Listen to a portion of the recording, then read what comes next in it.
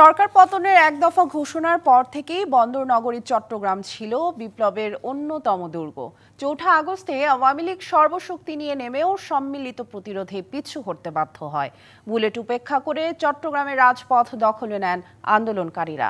আর ৫ই আগস্ট সরকার পতনের পর বন্দর নগরী পরিণত হয় মিছিলের নগরীতে।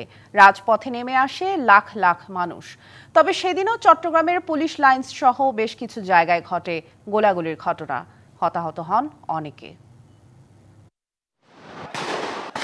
৪ আগস্ট বিকেলে বন্দরনগরীর নিউ মার্কেট মোড়ে পাল্টাপাল্টি সমাবেশের ডাক দেয় বৈষম্য বিরোধী ছাত্র আন্দোলন ও আওয়ামী লীগ। ক্ষমতা ধরে রাখতে তখন মরণ কামড় দিতে মরিয়া হাসিনা সরকারের নেতাকর্মীরা।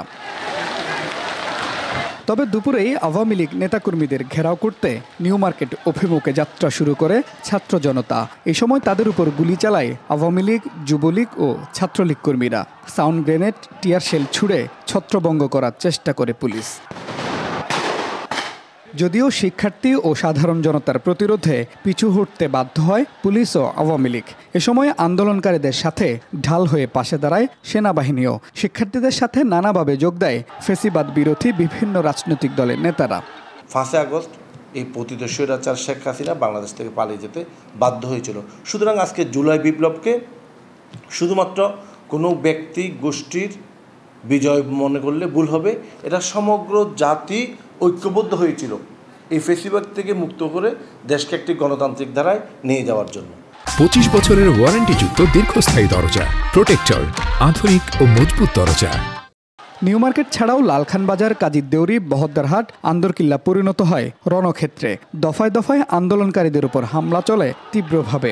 ঘরে থাকতে পারে নাই লোকেরা, অবর্ণনীয় জীবনযাপন, এগুলো আপনারা দেশবাসী সবাই জানেন। এই কারণে মানুষের যে ক্ষোভটা ছিল মানুষের দীর্ঘদিনের এই নির্যাতন নিষ্পেষণের প্রেক্ষিতে মানুষের মুক্তির যে আকাঙ্ক্ষাটা ছিল, এটার প্রতিফলন ঘটেছে জুলাইয়ের আন্দোলনে।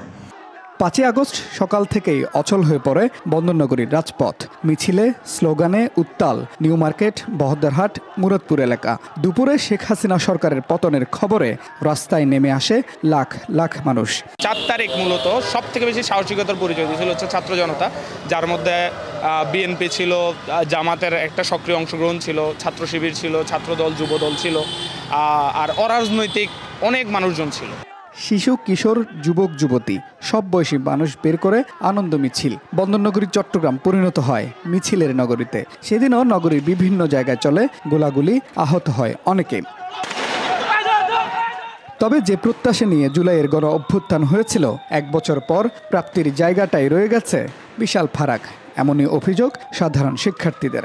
আন্দোলন পরবর্তী সময়তে দেখা যায় যে এই যে প্রত্যাশা ছিল বৈষম্যহীন বা ন্যায় বিচারের বাংলাদেশ, সেটাতে কিছুটা ফাটা পড়েছে। জুলাই পরবর্তীতে আমরা যে আকাঙ্ক্ষা নিয়ে ইন্টারিমের প্রতি আমাদের একটা প্রত্যাশা ছিল এবং সময় দেওয়ার যে বিষয় ছিল, সেটা আসলে অতটা ভালোভাবে প্রতিফলিত হয়নি। জুলাই অভ্যুত্থানে চট্টগ্রামে শহীদ হন 16 জন, আহত হয়েছেন 1000-এর বেশি। Mujibul Haque, DBC news, Chittagong.